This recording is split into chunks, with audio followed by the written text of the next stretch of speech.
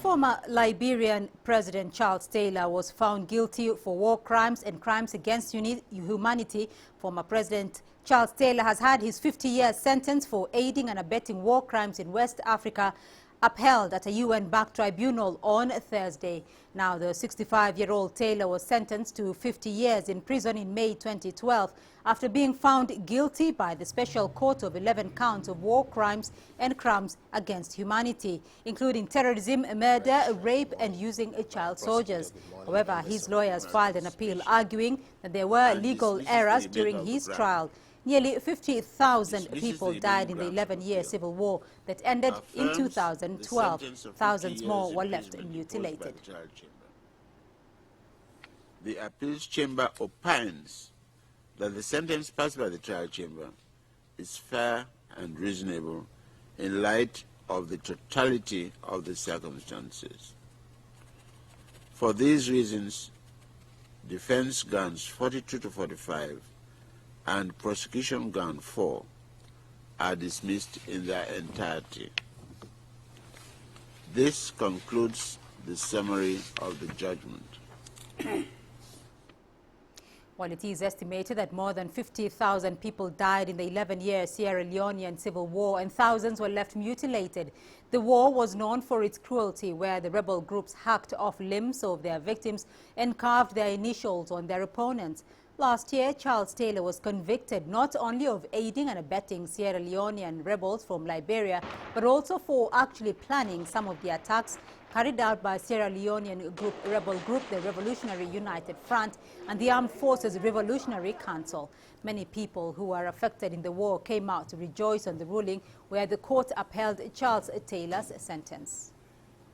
Well, it means personally for me victory, over somebody who has been a problem and has caused, for example, I lost my limb and I am trying to manage in life. So at least judgment has been passed that he should also mean that he should suffer.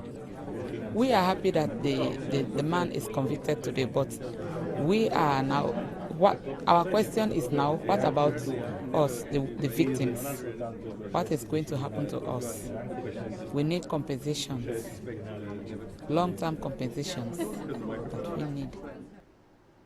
Well, let's now cross over to CCTV's Sandra Gathman, who joins me live from The Hague for more details on Charles Taylor's trial. Sandra, what more do we know on the ruling delivered today?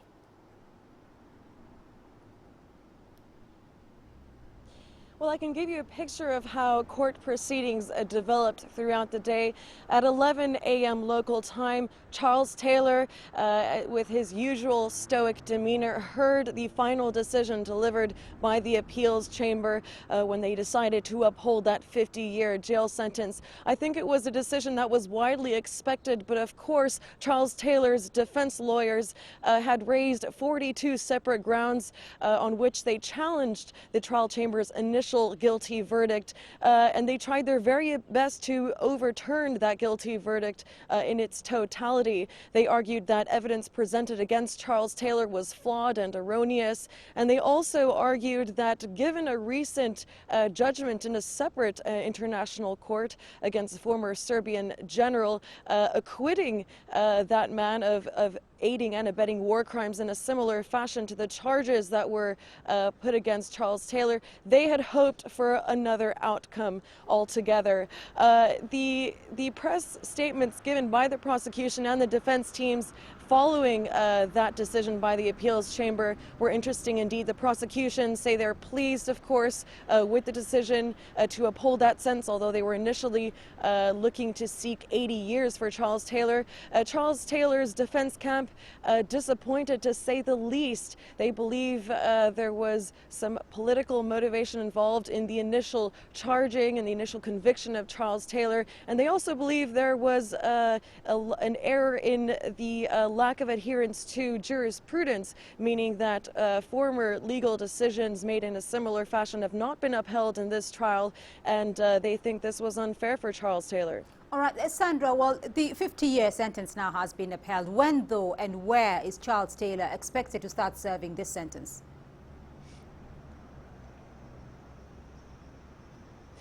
Yes, it's been 7 years that Charles Taylor has been waiting behind bars to hear his ultimate fate. Now it'll only be weeks before he learns in which foreign country, because we do know that it will be a foreign country that he'll serve the remaining 43 years of his sentence. That is a decision that's being left to the president of the special court for Sierra Leone. It's expected that he'll make a decision between days and a couple weeks as to which country will house Charles Taylor for the remaining days of his life. We know that the UK was put forward as a candidate country. They said a high security facility in Wales would be an option. Sweden, Rwanda also among the mix of candidate countries being put forward. The other detail we do know that is Charles Taylor's defense lawyer had ruled out Britain being one of the candidates, so all options are still on the table, and we're waiting to hear a decision on that in the coming days, as I said. All right, Sandra Guthman joining us there from The Hague on the Charles Taylor trial. Thank you for your update. Now, the African Union has accused the International Criminal Court of targeting Africa and its leaders. And speaking at the UN General Assembly on behalf of the African Union, Ethiopia's Prime Minister Haile Mariam Desalegn said that the process has also adversely affected Kenya. The Prime Minister declared on Wednesday that Africa should be allowed to investigate and prosecute its own cases under a reformed judiciary, which is provided for in the country's new constitution. Haile Mariam Desalegn's attack on the ICC's handling of the Kenyan cases is the second launch by an African leader at the United Nations General Assembly in New York in the past 24 hours. Uganda's President Yoweri Museveni also hit out at the ICC. Let's now get more details on the UN General Assembly. I'm joined live by CCTV's Nick Harper, who joins me live from New York. Nick, thank you. Now, the issue of ICC and its relationship to Africa, targeting Africa's leaders, has been mentioned there quite a number of times now at the UN General Assembly. What do African leaders, though, expect to achieve from this? Well, yes, it's been a big issue that has been mentioned on a number of occasions by heads of state from various different African countries. We've heard from Paul Kagame, Rwanda's president. He's spoken about it and has said that the ICC should stop in its inquiry, its investigation into the Kenyan leaders, Kenya's Kenyatta and Ruto. And we've also heard from Uganda's president, Museveni. He, of course, is a very fierce critic of the ICC, and he, during his speech here at the General Assembly, said that the ICC was arrogant and shallow, and that it didn't understand the complex issues for various African countries, quite simply saying that the ICC should stop. But it has been a big issue going into this. Two presidents from two African countries have been unable to attend. Kenya's president, Kenyatta, and also the president for Sudan, Omar al-Bashir, both of them have not come here to give the speeches that they were hoping to give because of the ICC rulings against them. All right. Nick, do stay with us there for a moment, because Zimbabwe's President Robert Mugabe is now addressing the UN General Assembly. We're going to listen in on what he's saying. Precisely to achieve freedom and democracy. There was none during colonialism, and it was British colonialism for that matter.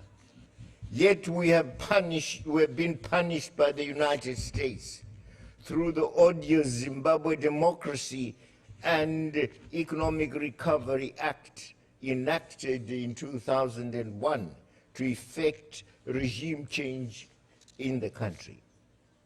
Now this malicious intent to continue the relentless persecution of our small peaceful country has shown itself again through the USA's rejection of the recent absolutely democratic and fair election results of our July 31st general elections, even as they were applauded by the African Union and all our regional organizations.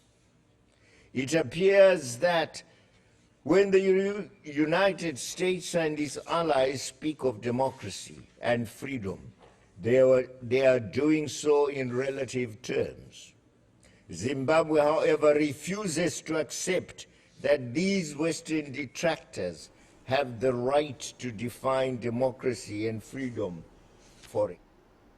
Zimbabwe's President Robert Mugabe addressing the UN General Assembly there, where he is talking about his country's election and the United States and Britain's reaction to his country's election in July. Well, let's go back now to CCTV's Nick Harper, who's standing by in New York with more on what is going on and what the leaders there, African leaders, have been talking about. The ICC issue, the ICC question and its relations to Africa has been dominating African leaders' programs there. Now, how has the rest of the world reacted, though, to the assessments and the assertions and the allegations from African leaders on the floor?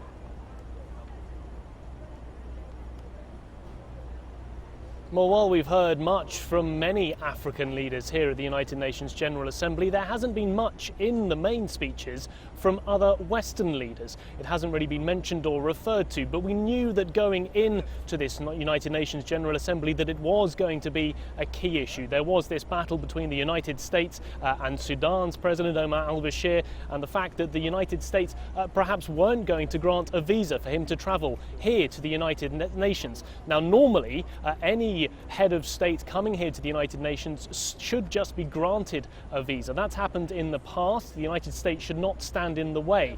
The United Nations in many respects is seen as separate territory, and therefore the US allows visas for anyone coming here. But the United States, ahead of the General Assembly, was saying that Omar al-Bashir should instead present himself to the ICC in The Hague because of the arrest warrant out against him before he came to the United Nations. So Omar al-Bashir obviously hasn't come here. Kenyatta's the president for Kenya, Kenyatta, hasn't come either, and it is a big issue that has surrounded this General Assembly, and certainly one that doesn't seem to be going away.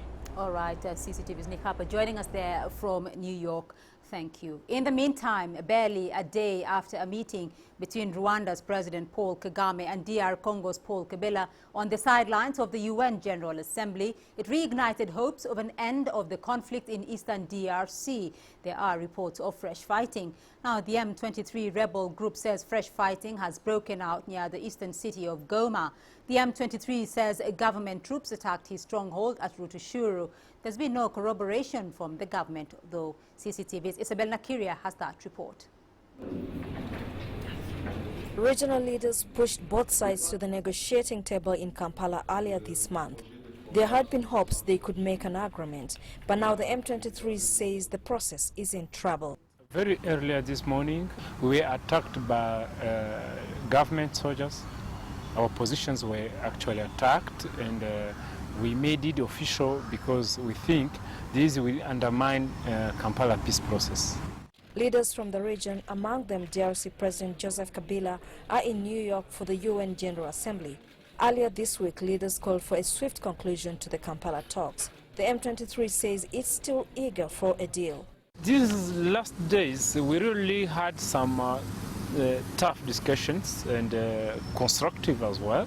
And we've been reducing gaps on sensitive matters, like the question of integration, the question of amnesty, the question of political inclusion, but we didn't reach an agreement. The Kampala talks have temporarily been put on hold as regional leaders review a peace accord that calls for DRC's neighbors to stay out of its affairs. There is still hope the DRC government and M23 can reach a deal, but any flare-up in fighting is going to make a lasting agreement far less likely. Isabel Nakiria, CCTV, Kampala. You're watching Africa Live on CCTV News. Coming up on the program. Most wanted international arrest warrant issued for the White Widow over Kenya's mall attack. And cashing in on whales, the new wave raising tourism numbers in South Africa.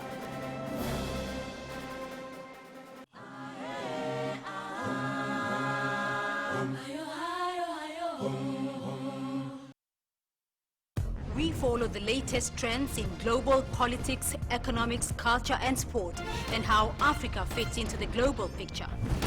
You decide what's important. We need a trade passport. Africa's future will be determined by Africa. For women's equal opportunity, for a better life. We have to change something, and it's not the outsiders. Talk Africa, a new voice for the world.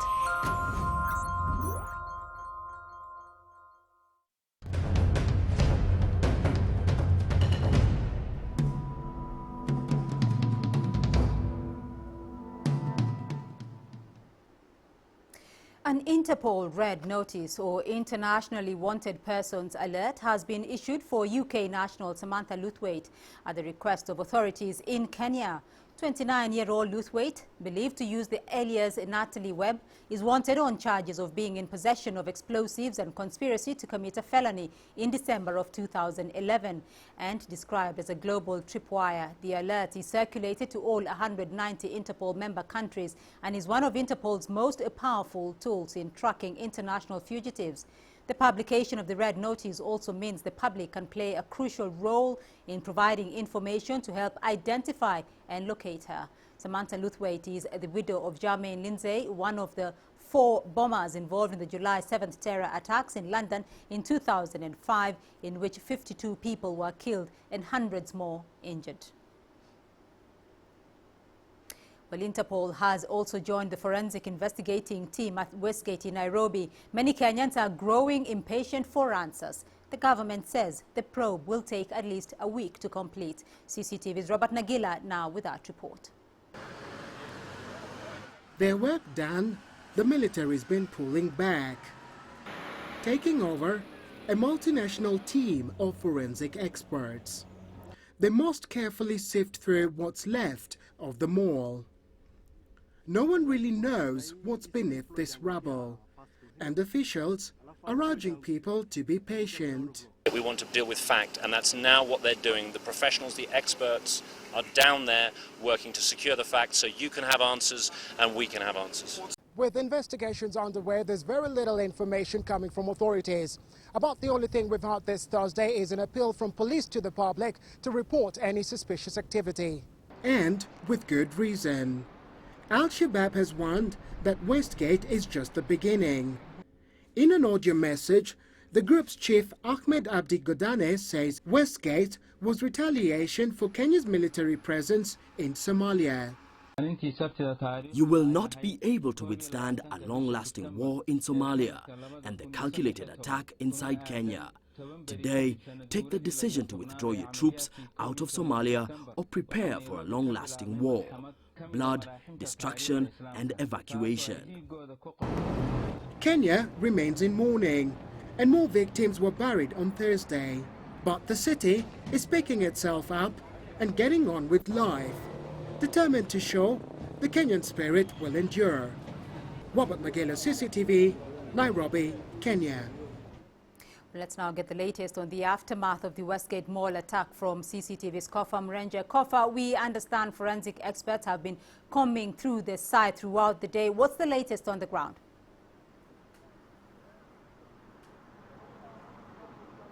Well, Beatrice, perhaps the only indications that that mopping exercise is still ongoing. Trucks full of security officers just coming in and out of this area, and about 4 explosions that were heard coming from the building itself earlier today. But we are told that is nothing to worry about. We are told those are just controlled detonations of explosive devices that were left behind by the attackers. But still, throughout the day, the situation is the same. No one has been talking to us. But we understand that, they are still, the experts are still in there. They're just dusting for fingerprints. They're taking DNA samples. Ballistic experts are also in there, just trying to collect samples so that they know the kind of weapons that were used by the attackers. However, Beatrice, the Red Cross also says about 61 people are still missing. It is not clear whether those are part of the bodies that the government had earlier reported that are still trapped in there. But now Kenyans are starting to ask questions, and they're starting to ask hard questions. They're saying, the government is saying about 5 of the attackers were killed. Now Kenyans are asking, where are the bodies? They would want to see and know the people who plunged this country into mourning. They're also asking that it had been reported that the attackers were heavily armed. Now Kenyans are asking, where are the weapons if indeed these people have been killed? But like the government said, this whole exercise is it will take about takes about not less than 7 days. And therefore, probably Kenyans would have to be a bit patient and just wait for them to finish with their job, and maybe they will get answers to their questions. All right, Kofa Mranja joining us there from the Westgate Mall, the place where this tragedy occurred. Thank you. Let's now get an analysis from Mr. George Musamali, a security and anti-terrorism expert. George, thank you very much. Now, the forensic audit has begun there. What do we expect that audit to find? Basically, we refer to this as post-attack analysis, and the investigators will actually be looking at piecing together information so that we can, at the end of this, we'll have a clear picture of exactly what happened here. And part of the mandate will be to look at the kind of weapons that were used there. For example, we've spent cartridges. All these cartridges have numbers, and once the investigations is done, we'll be able to establish the origin of these cartridges. And we also know that explosives were used at this site. Where did these explosives originate from? And also, we know people were killed there. We'll try and establish their identity during this period of the audit. There's been a bit of criticism, though, to the multi-agency approach that was undertaken by the government. Do you think it was sufficient? What is your assessment? I think this kind of thing is not synonymous with Kenya. In all countries where we have multi-agencies getting engaged in such an operation, you'll find that library is always there. For example, I'll give an example of America. When we had the Katrina, what was it, tsunami, you find that the Americans used all the agencies in this operation, and we had problems because there was a library among those agencies. So this is not something that is has only happened in Kenya. But in all said and done, I still believe that this library actually interfered or affected the rescue operations that took place at the Westgate. Well, there's been allegations and talk of foreign fighters having been involved in the attack in Nairobi there, but if indeed foreign fighters were involved in the attack, I mean, how could this have been missed by the United Kingdom, the United States, Kenya's intelligence? What happened here? You know, terrorists operate in such a way that there's a lot of secrecy in their operations, and a terrorist is not identified until he has involved himself in such an attack. So you'll find that we had nationals from different countries, and this should be a cause of worry, because you'll find that now this has turned the whole thing into a global war. We had Americans involved, we had Canadians, and all these people assembled in Kenya and carried that attack in Kenya. So basically, I don't think, as much as we say these terrorists were targeting Kenya, they were also passing some kind of message to the world that terrorism is alive, and it's only not people from a certain area or certain country that are involved in this. But actually, even people in America have developed their own terror cells, and they are doing the trainings even in America. So we should not only focus on Africa. The war against terror should focus in all other countries in the world. What is Kenya, though, going to take away from this? What lessons are there for the country? I think the biggest lesson we need to learn is that we need to involve members of the public in matters of fighting terror. We call this popular intelligence, because you'll find that in most cases, members of the public interact with these people. If you look at the attack at the Westgate Mall, we were told that these guys actually hired a premises in that shopping mall, and they were actually trading from there. So what this group was doing actually was collecting intelligence for the attackers. And if we had involved members of the public, tried to give them some skills in identifying when they're under surveillance from an enemy, then probably the police could have gotten wind of this attack before it took place. So I think the lesson that we need to learn here is that all members of the public should be involved in the fight against terror. We should not leave it to the security agencies alone. All right, George Musamali, security and anti-terrorism expert, joining us here on Africa Live. Thank you for your insights.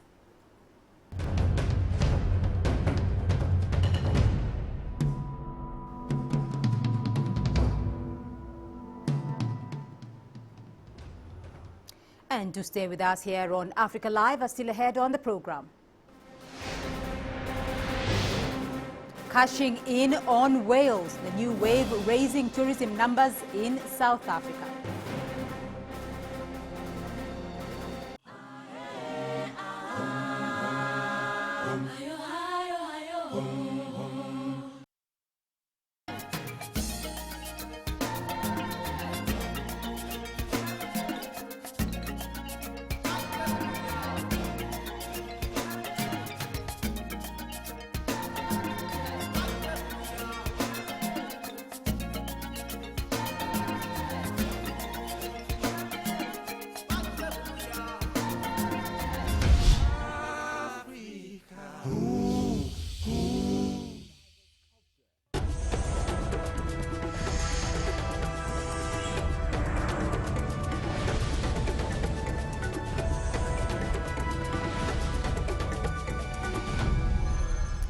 South Africa is known for its endless white sandy beaches and rugged coastline that in turn have attracted millions of tourists to its shores each year.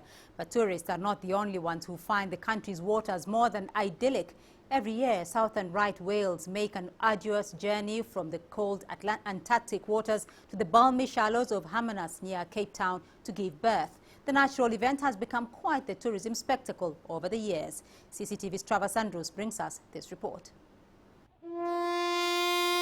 It's a sound that has come to signal an unfolding natural event, a spectacle that has become a major tourist attraction. In the quaint seaside town of Hermanus, the world's only known whale crier announces the sightings of southern white whales, who have come here from icy Antarctica to give birth. The whales tend to enjoy the relative safety of the bay. It's shallow and secure, and that in turn has given visitors a chance for some spectacular sightings. We see the whales every day, but just depend on the time. Sometimes you see more in the morning, sometimes during the day, sometimes in the afternoon. They have to keep the babies here plus minus 3 months for the training. Then after that, they take the babies back to the Antarctic Ocean, which is 3,000 kilometers to swim from here to the Antarctic Ocean. Whale tourism is booming here, and the guaranteed sightings have made this location one of the best places in the world for land-based whale watching. Those who venture out to sea are offered an even bigger treat, an unbridled view of these gentle giants. Over the next 3 months, more than 150 of these whales are expected in these waters. For tourists, the sight is spectacular, an unforgettable close encounter with the true force of nature. I think they're beautiful animals, and well, in Europe you don't see them, so when we're here we want to see them. Very special. I've read about this place that this is the best spot for viewing whales when you're on the land, and that the whales come here because the water is warmer. Seeing them so close up and personal, it's exciting and it's fun. This is the world capital for whale watching, so we wanted to see that because that sounded promising. Thousands more visitors are gathering at these hilltops every day. They're hoping for a once-in-a-lifetime spotting, and the whales usually tend to indulge them too. Travis Andrews, CCTV, Hermanus. Let's now take a look at the business news with Penina Karibe. Penina.